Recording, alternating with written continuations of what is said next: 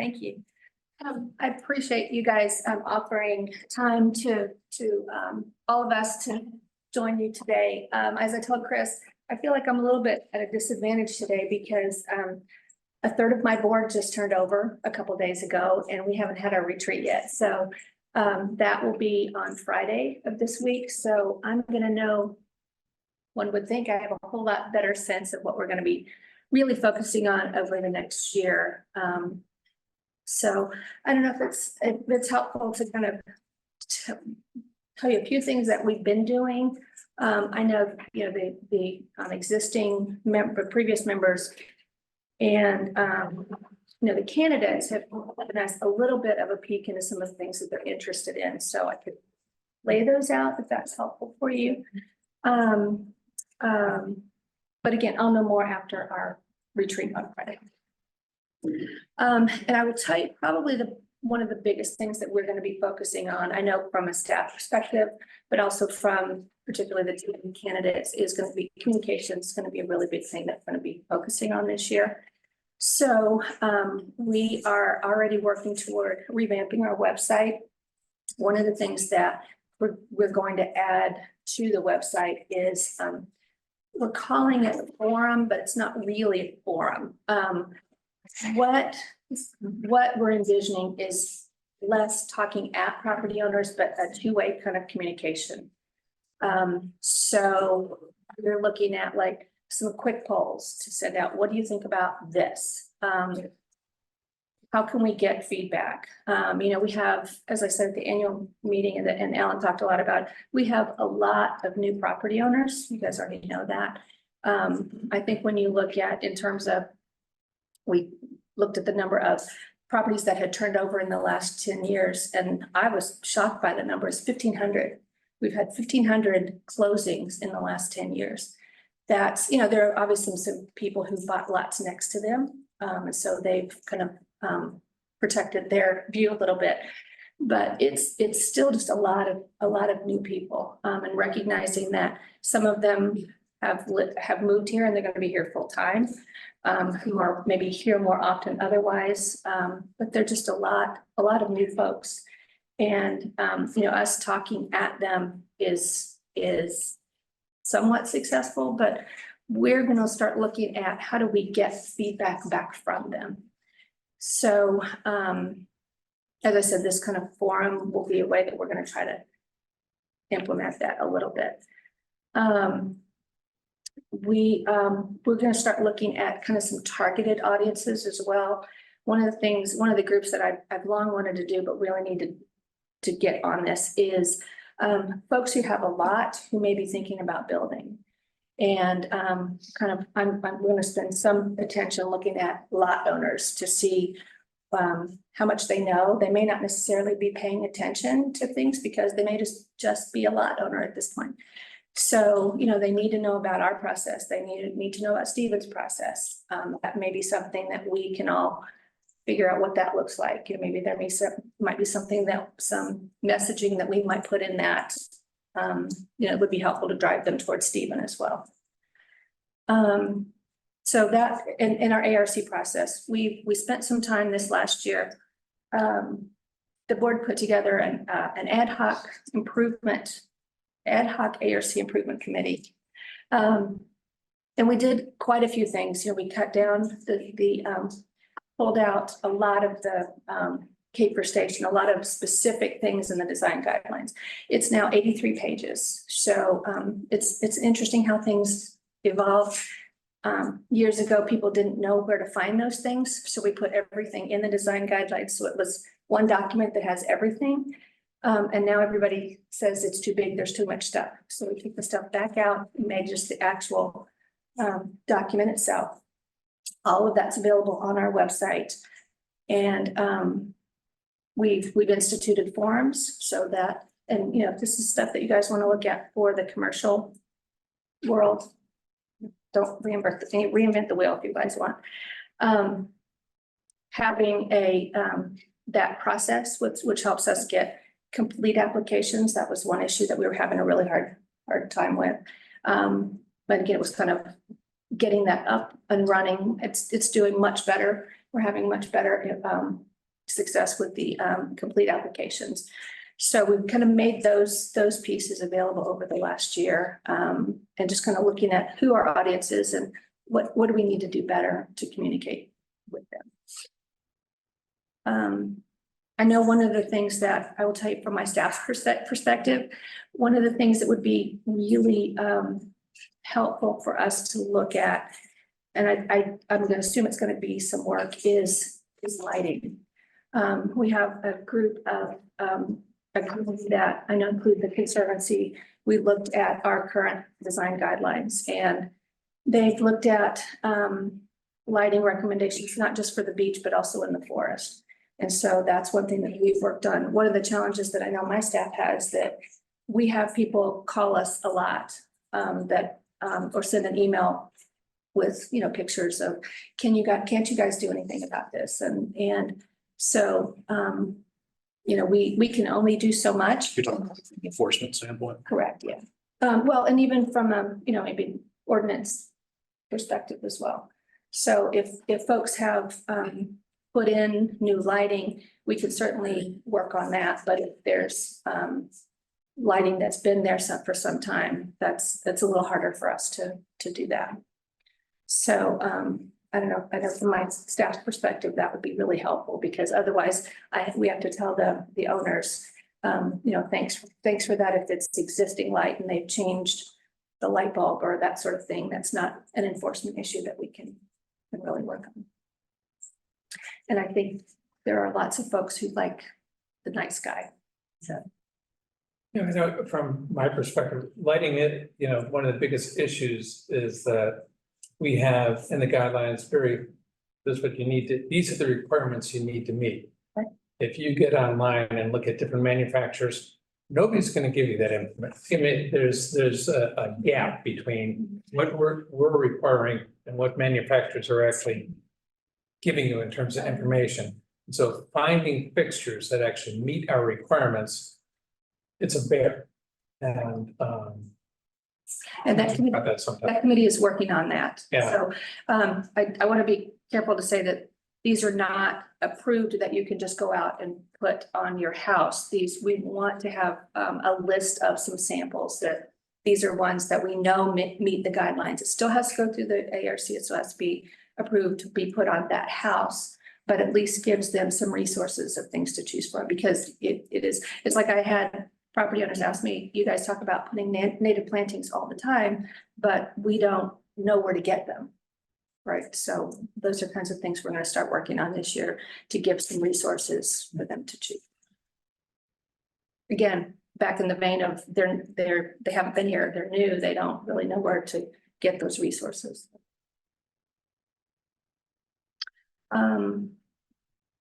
I will tell you that two things, I guess, I'm going to guess from the new board members that have been elected, that I'm going to imagine they will be talking with you guys, is kind of some integrated planning, Vision 2025, what that looks like. No, it's on the agenda. I know there will be some board members who will be interested in what that means from an overall island perspective, and then also, you know, obviously from how we work together and what that looks like. And I know that there is a concern about volunteerism and what that looks like going forward. Like, how do we build that next generation of leaders and what that looks like? So It's $1 million. it is. That everybody has. It is.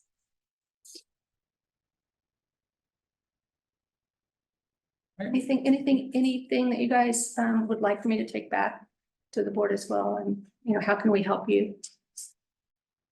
Well, I think, at least from where I sit, one of the things I wanted to mention, and the reason for asking you to join us, is there anything that you see coming down the horizon that, you know, beyond what you've already described, some of you already described, that it's going to require some effort of working together on some of these things? As an example, no, the dog park is still a work in progress. And, you know, that's one example. We've committed to doing certain things with the association. But the other thing I wanted to mention is, when you talk about volunteerism, and committees and requests to establish committees and things that, again, from where I sit and asking of my staff and time and resources, a lot of requests we've got, right? You think about project longevity, and the work requirement, the workload on that.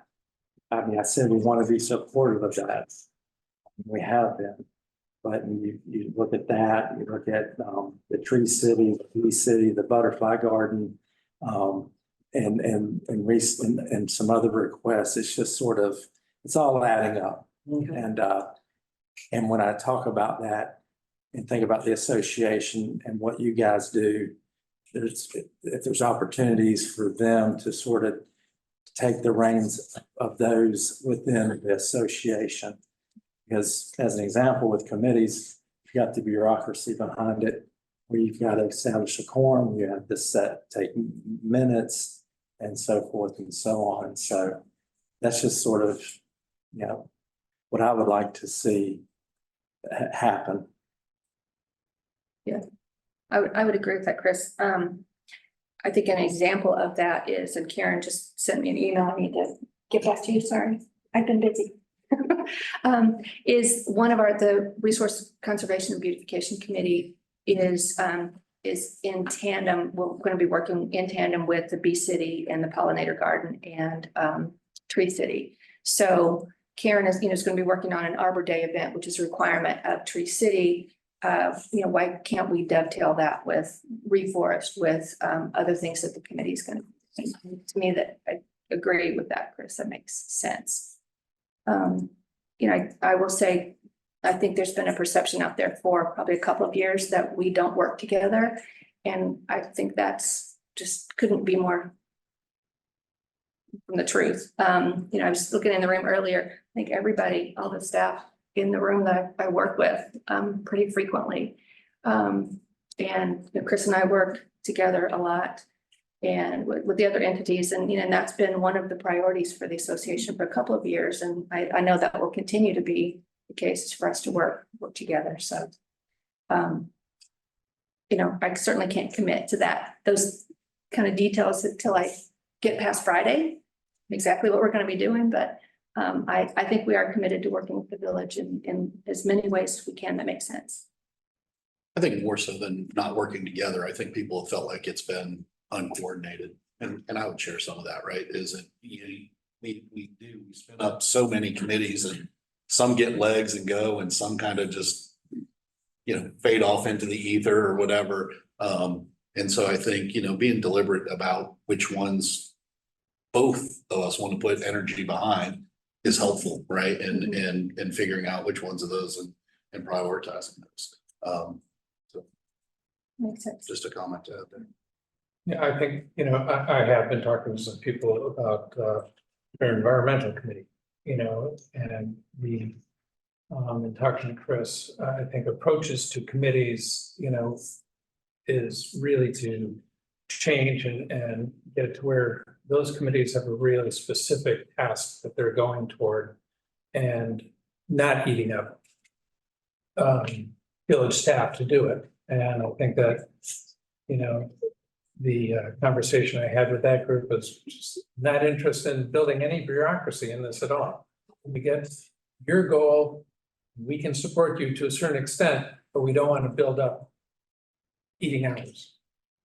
Yeah, I mean, that's real. If we start using village staff, we start having reporting and notice requirements and Yeah. other things that I don't think people want. And I And think and that- as homeowners, I mean, there's nothing impeding any of us from making this be the community we want to work in, right? Provided we're not running afoul of some kind of village ordinance, right? I So, think that when I was talking to this group, and I think they were a good example, the bottom line was, well, we just want to have, we want to keep basically council and village up on what we're doing. And so having some type of representation from the village in their committee, even if it's just, a council member sitting there, for some of the meetings, et cetera. I think that's what the more critical interaction with the village was. Makes sense. Well, thank you. Can do to help you guys? One other topic I was gonna mention, Carrie, is our ongoing efforts in looking at BHA common area property along the golf course. And lagoons, and us working together with the club to parcel that out. That we've been working on that now. I think that's something we wanted to try to get accomplished. Yes, I wanted to get that accomplished last year. Right. We hit a snag on one portion of the lagoon. But that is something that I need to pick up this year to try to get that accomplished. And that also working with the club. So if you can visualize, when you look at parcel lines of properties, that some of the lagoons along the golf course are bisected. And, through the lagoon or on one side or the other. And then looking at where our bypass lagoon outlet ditch is, or the bypass lagoon itself. That while that's on common area, that it might make sense that the village retain that. So it's just sort of cleaning up. Like also Chad may reference later of his efforts, he mentioned at the association. Cleaning up a lot of the old limited parcels they still own. Who should rightfully get those, whether it's the village, the association, or the conservancy. And I When think, you make that distinction, what do you think is the defining criteria on which way those should go? That's a good question. Scott, I think the first. Because it is a little bit all over the place, right? I think the first part in the exercise is to put it on a map. So we can see it visually.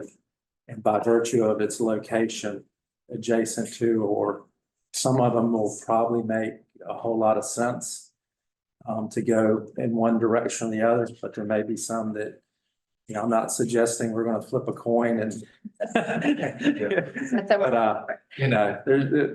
there may be some that will have to have some dialogue on what makes sense, right? I think that's something that we should address as a group and say what our stated preference is. I mean, I would come with my biases. It should all go to the conservancy whenever in doubt. Because I think that aligns most with what people have said. But I don't think we've ever been explicit about saying that. And therefore we end up in this kind of patchwork of that, and there are also some deed restrictions too. So you can look at, like, there are some in Caper Station that we're working with Chad right now that are specifically says that open space has to go to the association as common area. Right. So that's Yeah. part of the Yeah. books as well. Not saying we would overwrite any of that, but I'm saying on these ones where we're not clear on why or anything else, that would be my And overlay. there's some lots that are, I think, on Spanish Needles or Gray Fox or down on Edward Teach line that, they're platted properties, but ever since I've been here, they've had water on them. I mean, so to your point, the conservancy. Yeah, You get the lots. ultimately, Probably some gators in them anyway. It's there. I've never met a bird, a deer, or an alligator that didn't like those, right? They're all forced out there. Yeah. I think ultimately, all these, what you're discussing, it's great. Ultimately, it's limited decision as to where these things are going. I think it's just, in support of them. This conversation between the conservancy, the village, and the association, that has to be an active conversation going on. So that, And where the club is involved. and where the club's involved, and so it's the different entities all getting together. And getting behind Chad so he can actually take care of that stuff, because I know he's anxious to do it. And we have a meeting amongst all of us, at the end of this month Into this month. that, Carrie has been setting up the last two. Thank you. All of us will be meeting. We'll probably talk about that, I'm sure. Gary, I remember, this was way back, when I was on the club board. It was on the association board, and the club and the association working on the lagoon, the parcels in and around the golf course. The lagoons, and then I thought there was, a lot of that stuff was getting worked out. I remember Robert had put maps together with you guys, and did that ever get acted on, or did he leave and I leave before anything changed? I think what we decided to do is just kind of leave it where it is. There are places, what Scott's talking about is along the course, there are places where the golf cart path crosses common area, in some cases completely over and comes back. And we talked about sort of no one wants to fix all of that, but that we That's right, would because just there's sort no of surveys. leave it where it is. It costs, $1 million to whatever the Survey it number all. is, Yeah, to yeah. survey everything. The corner of our the community garden is on club property. Just sort of things just sort of fell, the property lines just sort of, they put them in place and we know that they're there. We just agreed that they're all there and it doesn't really make any sense because we're all in a really good place. And that we shouldn't be saying, you association, get the community garden off of our property and us saying, get your golf cart path off of our land. But we know that they're there. As long as we keep pushing and working together, we'll be Yes. fine. Absolutely. But if ever a change happens, God helps. That'll be our goal. I would just give it all to the conservancy. Okay, Thank you. Appreciate your time. Thank you. Thanks. thanks a lot.